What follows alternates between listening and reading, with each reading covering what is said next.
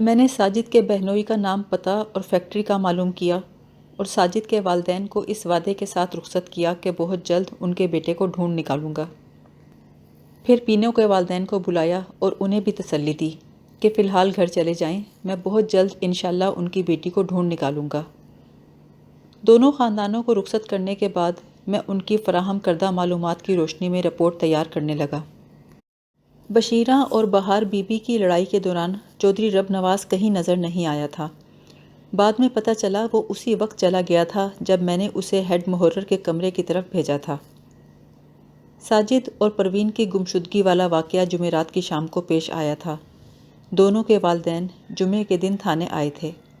جمعے کی نماز سے فارغ ہو کر میں نے ایک ASI کو ساتھ لیا اور اس فیکٹری کا رخ کیا جہاں ساجد کام کرتا تھا۔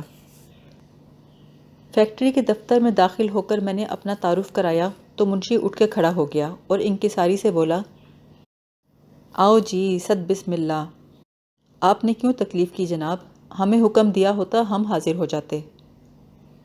اس نے ہمیں بیٹھنے کی دعوت دی اور جب تک ہم بیٹھ نہیں گئے وہ کھڑا رہا۔ اس قسم کی چھوٹی موٹی فیکٹریوں میں مالک کے بعد منشی ہی سب کچھ ہوتا ہے۔ اس کی حیثیت جنرل مینیجر کسی ہوتی ہے اور فیکٹری کے اندرونی اور بیرونی معاملات میں اس کا پورا دخل ہوتا ہے۔ ہم بیٹھ چکے تو اس نے خوش اخلاقی سے پوچھا، ملک صاحب چائے چلے گی یا بوتل؟ میں نے جواب دیا، منشی جی کسی تکلف کی ضرورت نہیں ہے، اس وقت ہم ایک بہت ضروری کام سے آئے ہیں۔ اس فیکٹری میں ساجد نام کا لڑکا نلکیاں بھرنے کی مشین پہ کام کرتا ہے۔ وہ کل صبح معمول کے مطابق فیکٹری آیا تھا لیکن شام کو گھر نہیں پہنچا۔ آج اس کے والدین نے اس کی گمشدگی کی رپورٹ درج کرائی ہے۔ منشی نے حاضری کے رجسٹر سے دیکھ کر بتایا، جناب ساجد تو کل فیکٹری سے جلدی چھٹی لے کر چلا گیا تھا اور آج آیا ہی نہیں ہے۔ میں نے پوچھا کل وہ کتنے بجے گیا تھا؟ اس نے کہا یہی کوئی 1 بجے کا وقت ہوگا۔ اس نے جلدی جانے کی کیا وجہ بتائی تھی؟ اس نے بس یہی کہا تھا کہ آج طبیعت ٹھیک نہیں ہے۔ میں نے پوچھا کیا پہلے بھی کبھی وہ چھٹی کے وقت سے پہلے گھر گیا ہے؟ منشی نے جواب دیا، کبھی کبھار ایسا ہوتا تو ہے مگر زیادہ تر وہ وقت کی پابندی کرتا ہے۔ ویسے جناب وہ اچھا لڑکا ہے، ہمیں کبھی اس سے شکایت نہیں ہوئی۔ میں نے پوچھا آپ کے خیال میں وہ کہاں جا سکتا ہے؟ کہنے لگا، میں بھلا اس بارے میں کیا بتا سکتا ہوں؟ یہ جاننے کے لیے کہ آیا ساجد کی کسی سے دشمنی تو نہیں، میں نے اس کے ساتھ کام کرنے والے 3-4 لڑکوں سے بات چیت کی۔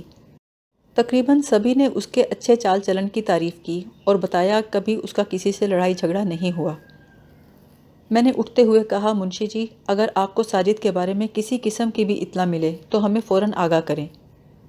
منشی ہمارے ساتھ ہی اٹھ کھڑا ہوا، آپ بے فکر رہیں جناب۔ وہ ہمیں فیکٹری کے دروازے تک چھوڑنے آیا۔ واپس آتے ہوئے میں نے ASI سے پوچھا، کیا خیال ہے نزاکت شاہ، پینو کو ساجد نے اغوا کیا ہے یا کوئی اور چکر ہے؟ وہ بولا، ملک صاحب ساجد تو مجھے اس معاملے میں بے قصور نظر آتا ہے، میری مانے تو چھوٹے چودھری سے پوچھ گچھ کریں۔ میں نے کہا، تمہارا مطلب ہے چودھری رب نواز پینو کے اغوا میں ملوث ہے؟ اس نے کہا، مجھے تو لگتا ہے جناب پینو کو چھوٹے چودھری نے خود ہی اغوا کرایا ہے۔ نزاکت شاہ کے اس خیال سے میں بھی متفق تھا کہ پینو کے اغوا میں ساجد کا ہاتھ نظر نہیں آتا تھا، مگر اس کی اپنی روپوشی تشویشناک تھی۔ میرے ذہن میں خیال آیا کہیں چودھری رب نواز نے ساجد کو ٹھکانے نہ لگا دیا ہو۔ ہم تھانے پہنچے تو مغرب کی اذان ہو رہی تھی۔ اس دوران فضل دین ساجد کی تصویر دے گیا تھا۔ سانولا رنگ، چھوٹی سی ناک، موٹے موٹے ہونٹ اور پیشانی پر زخم کا نشان۔ میں نے ساجد کی تصویر اور اس کے بہنوئی کا ایڈریس نزاکت شاہ کو دیا اور اسے تاکید کی، کل صبح پہلے ٹائم لاہور روانہ ہو جائے اور معلوم کرے آیا ساجد بہن کے گھر تو نہیں گیا۔ معمول کے کام نمٹاتے رات کے 8 بج گئے۔ جب میں دفتر سے نکلنے لگا تو کانسٹیبل نے آ کر بتایا، جناب ماسٹر علم دین آپ سے ملنا چاہتا ہے۔ میں نے اسے کہا بھی ہے کہ ملک صاحب مصروف ہیں، جو کام ہے مجھے بتا دو، پر وہ کہتا ہے اسے کام کوئی نہیں ہے، وہ آپ کو ایک بات بتانا چاہتا ہے۔ میں نے کہا ٹھیک ہے، اسے اندر بھیج دو۔ کچھ دیر بعد ایک دبلا پتلا دراز قد شخص میرے کمرے میں داخل ہوا۔ اس کی عمر 40 برس کے قریب ہوگی۔ اس کا ماتھا فراخ اور آنکھیں روشن تھیں۔ اس نے مجھے ادب سے سلام کیا۔ میں نے سلام کا جواب دینے کے بعد کرسی پر بیٹھنے کا اشارہ کیا۔ وہ بیٹھ چکا تو میں نے اس کی آمد کا مقصد دریافت کیا۔ کہنے لگا، ملک صاحب، میرا نام علم دین ہے، میں اس علاقے کے واحد اسکول میں پڑھاتا ہوں۔ میں آپ کو ایک بات بتانا چاہتا ہوں، پتہ نہیں اس بات کی کوئی اہمیت ہے بھی یا نہیں، مگر اس کی وجہ سے میں بہت الجھا ہوا ہوں۔ میں نے دیکھا وہ تذبذب کا شکار تھا، کوئی بات کہنا تو چاہتا تھا مگر بیشتر اس کے بعد اس کی زبان تک پہنچتی اپنا ارادہ بدل دیتا تھا۔ میں نے دوستانہ لہجے میں کہا، ماسٹر جی، ایسی کیا بات ہے جو آپ کو پریشان کر رہی ہے؟ اس نے پہلو بدلتے ہوئے کہا، میں نے سنا ہے کل پروین کے گھر والے اس کی گمشدگی کی رپورٹ درج کرانے آئے تھے۔ پروین کا نام سن کر میں چوکنا ہو گیا اور کہا، آپ نے ٹھیک سنا ہے، لیکن آپ نے بتایا نہیں کہ آپ کس بات سے پریشان ہیں۔ وہ کچھ ہچکچاتے ہوئے بولا، میں نے کل شام پروین کو دیکھا تھا۔ پروین کا نام سن کر میں اپنی کرسی پر سیدھا ہو کر بیٹھ گیا اور بولا، ماسٹر جی، وہ کل شام ہی سے تو لاپتہ ہے، آپ نے اسے کہاں دیکھا تھا؟ ماسٹر علم دین نے جواب دیا، قبرستان کے قریب۔ میں نے پولیس والوں کا روایتی سوال پوچھا، آپ قبرستان کے قریب کیا کر رہے تھے؟ اس نے کہا، شاید آپ کو معلوم نہیں، چند ماہ پہلے میرا جوان بیٹا مجھ سے روٹھ کے قبرستان میں جا بسا ہے۔ میں ہر جمعرات کو اس کی قبر پہ جا کر اگربتیاں جلاتا ہوں۔ وہ چند لمحوں کو خاموش ہو گیا، جیسے جوان بیٹے کی یاد نے اسے توڑ دیا ہو، پھر کہنے لگا، کل جب میں قبرستان سے نکل کر واپس آ رہا تھا تو سامنے سے پروین آ رہی تھی۔ اس کے ساتھ فیقے کی بیوی اللہ رکھی تھی، اور اسی بات نے کل سے مجھے پریشان کیا ہوا ہے۔ اللہ رکھی کوئی اچھی عورت نہیں ہے، اور فیقے کے بارے میں تو آپ کو معلوم ہی ہوگا کہ کیسا آدمی ہے۔ میں رفیق احمد عرف فیقے کو اچھی طرح جانتا تھا۔ وہ چھوٹی موٹی کئی وارداتوں میں مطلوب تھا اور کئی مرتبہ جیل کی ہوا کھا چکا تھا، اور سب سے اہم بات یہ کہ وہ چودھری رب نواز کا خاص ملازم تھا۔ میں نے کہا، ماسٹر جی، کیا آپ کو یقین ہے کہ پروین کے ساتھ اللہ رکھی ہی تھی؟ کیا پتہ اندھیرے میں آپ نے ٹھیک سے دیکھا نہ ہو؟ اس نے پورے اعتماد سے کہا، جناب، میں اسی گاؤں میں رہتا ہوں، یہاں کی کسی عورت کو پہچاننے میں غلطی کیسے کر سکتا ہوں؟ میں نے خود کلامی کے انداز میں کہا، وہ دونوں بھلا قبرستان کی طرف کیوں گئی تھیں؟ ماسٹر علم دین بولا، نہیں جناب، وہ قبرستان کے اندر نہیں گئی تھیں، قبرستان سے کافی آگے نکل گئی تھیں، ان کا رخ نہر کی جانب تھا۔ میں نے کہا، ماسٹر جی، آپ کو کیسے معلوم ہوا کہ وہ قبرستان کے اندر نہیں گئی تھیں؟ کیا آپ انہیں رک کر جاتے ہوئے دیکھ رہے تھے؟ ماسٹر علم دین کو میرا سوال ناگوار گزرا۔ کہنے لگا، میں رک کر تو نہیں دیکھ رہا تھا، لیکن پروین کو اللہ رکھی کے ساتھ دیکھ کر میرے دل میں تجسس سا پیدا ہوا، اس لیے ایک بار پلٹ کر دیکھ لیا۔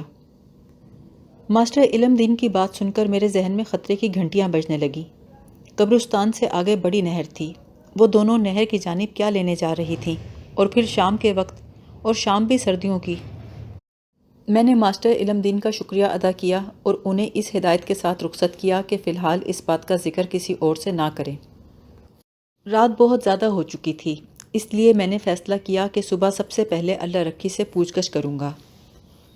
چودھری رب نواز سے ملنا بھی ضروری تھا، کیونکہ اللہ رکھی کا شوہر فیقہ اسی کا خاص ملازم تھا۔ لیکن جب ہفتے کی صبح میں تھانے پہنچا تو فوری طور پر اللہ رکھی کے گھر نہیں جا سکا۔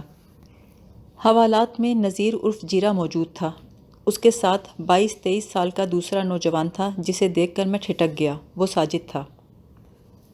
وہ اس وقت بہت خراب حالت میں تھا، اس کے چہرے پر جا بجا چوٹوں کے نشان تھے۔ میرے استفسار پر حوالدار نے بتایا، ابھی آدھا گھنٹے پہلے اس نے جیرے اور ساجد کو لاری اڈے سے گرفتار کیا ہے۔ جیرا بڑی بے دردی سے ساجد کو زد و کوب کر رہا تھا، کانسٹیبل نے دیکھا تو دونوں کو پکڑ کر تھانے لے آیا۔ میں نے اللہ رکھی کے جانے کا ارادہ ترک کیا اور سب سے پہلے ساجد کو کمرے میں بلوایا۔ اس کی چال میں نقاہت واضح تھی۔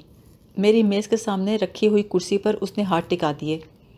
حوالدار نے پیچھے سے اس کی گردن پہ جھانپڑ رسید کیا، اوے سیدھا کھڑا ہو جا، یہ تھانہ ہے، تیرے مامے کا ویڑا نہیں ہے۔